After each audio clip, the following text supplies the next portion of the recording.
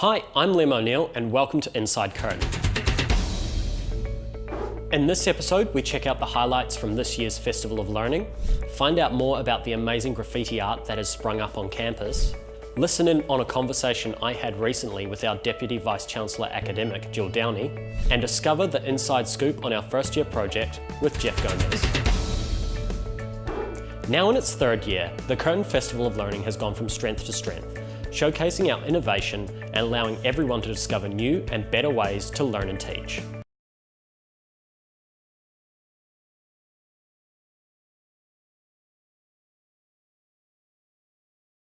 Good morning and welcome to the Festival of Learning, a 3-day celebration of learning and teaching at Curtin.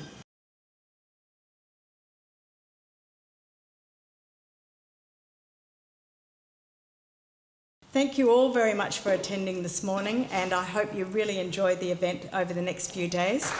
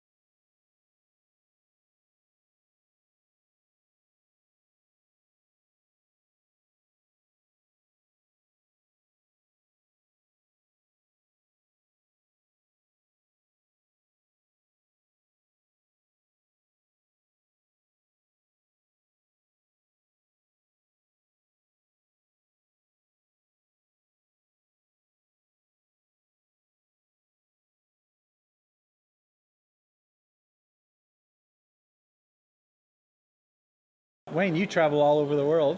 What do you think of what you're seeing here today? Well, I have to say, in my work in open education, I do have the privilege of visiting many institutions around the world, and I have to say, Curtin University, in terms of your teaching and learning innovation, is way ahead of most of what I've seen out there.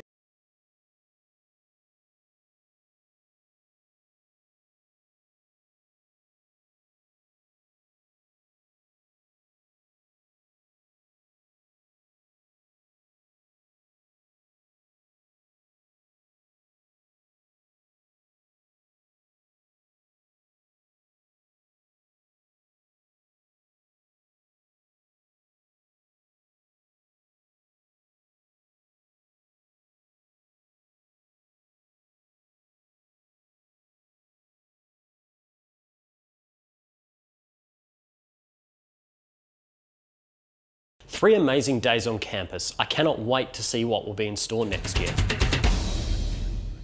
We grew up being told that graffiti was a bad thing, and generally it is when it's vandalism. But when you commission the world's best urban artists to decorate the walls of Curtin, you get something quite amazing. So have you seen the mural painting? Yeah, I have seen them, yeah.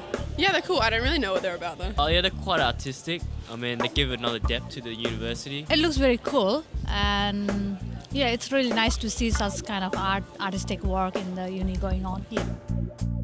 Well, it's a fantastic coup for Curtin. It's a wonderful partnership between Curtin University and Form, the organisation that talks about building a state of creativity, which is a WA arts organisation that's done an enormous amount around the state.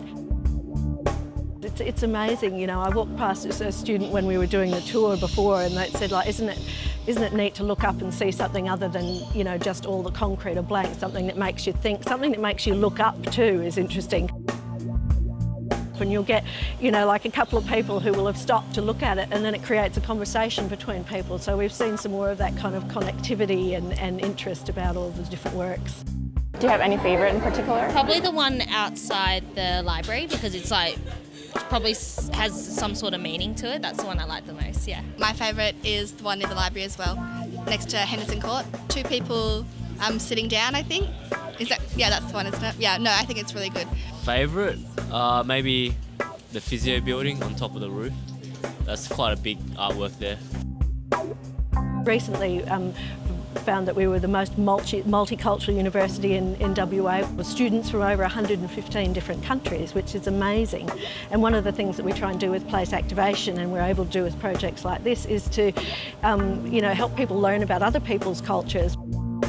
We've had artists from Tunisia and Portugal and Italy, the US, and they've all come, they've had a look at all of the walls and decided where their particular work would best suit.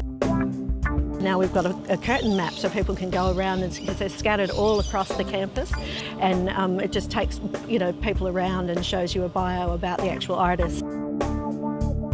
Feels like they've given us gifts that are, will be here on campus and have a life of their own.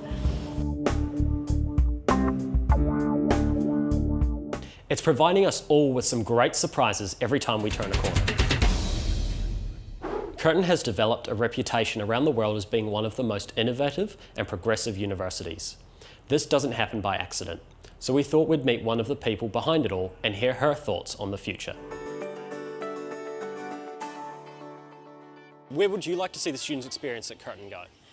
Look, I really look forward, and I think we're gradually generating a really dynamic student experience, one that's really flexible, where you can study via whatever mode you like. Students these days are already taking advantage of some of our collaborative learning spaces and using their iPad to dial into the class to be part of the classroom if they don't want to be on campus, but when they want to come here, turning up and having face-to-face interactions, much less of the didactic.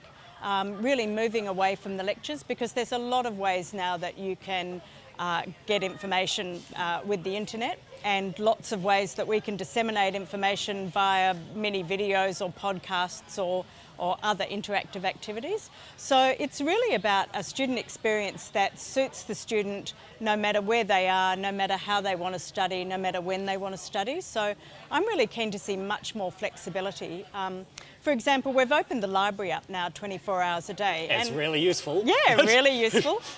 Really well used, and you'd be surprised the statistics between 2 a.m. and 6 a.m. It's a very busy place. Especially when those exam weeks come up, it just really ratchets up. So I'm talking to our staff about really how can we make the university, a bit more towards a 24-hour campus. But I think we'll look forward to a campus that's vibrant, 24 hours a day, 7 days a week. And we're seeing that through the place activation that's happening on campus, and more services are being made available to students out of what would be traditional working hours. And we've put a lot of services online digitally as well, so you can access them from your iPad, phone or computer, wherever you might be. How do you think students studying online will affect people who study here on campus and come to campus? Yeah, look, it's a really good question. I think often people say, well, students are going to study online, they're doing that now, they'll increasingly do that into the future. Therefore, what are you wasting your money for on campus? In fact, I think the reverse in terms of our investment almost. I think we've got to really invest in a very vibrant campus experience. Students will always want to come onto campus. They will want that experience because it's where you meet friends, it's where you network, you get study groups going together. It's as human beings, we love to be social. And while you can do that online, there's nothing like that student experience on campus. I think even if you study fully online and you're in another part of Perth or another part of WA, Australia or the world, I think you want to know that the university that you're studying at is very innovative, that it's flexible, that it's a great campus, that when you go there you're really part of a big community. Having those world-class facilities that you can say that I went to a campus that has an electron microscope or is part of the square kilometre array. Absolutely. I think having those sorts of facilities here on campus and the research that's actually done at the university, that teaching research nexus is really, really important. So all of our teaching is informed by research, and you've got to have a campus to develop both your teaching and your research as a university, and make sure that students take full advantage of all the opportunities that a university has to offer.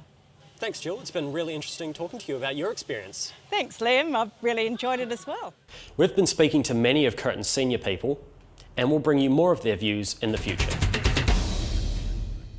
We know that first year can be very difficult for students, especially those who come from the country and are away from home for the first time. Or those who come from low SES backgrounds who may well be the first in their family to attend university. We wanted to find out what we could do to help, which is why we've launched the First Year Experience Project.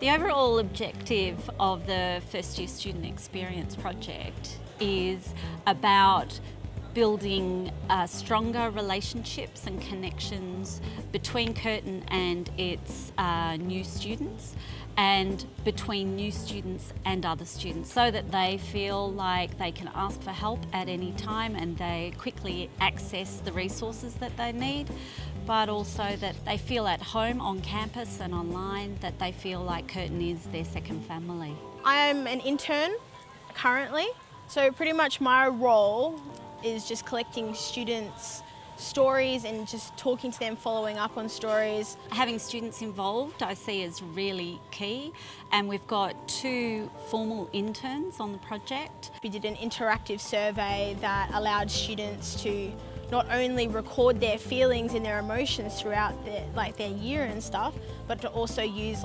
emotions and pictures and voice recordings, video recordings if they want. Students bring the very real experience and knowledge of just coming through first year. So it's first-hand language, first-hand ideas. My background is a significant part of why I was involved, simply because I'm able to communicate and relate and engage with students on that level because I've been through that. I know what it's like to struggle through university and not have an idea of what the system's like, financial difficulties, all the different things that were shown in our research that we conducted. So yeah, I definitely have to say that it had a massive part because it made me relatable to them. Well, we're working with the PR and transmedia storytelling students who are second year in the Curtin Business School. Those students will be helping us to develop a strategy and an actual orientation program for new to Curtin students. That's it for this episode of Inside Curtin. If you'd like to find out more about anything you've seen, you can do so by visiting the Learning for Tomorrow website at curtin.edu.au. Thanks for watching. Catch you next time.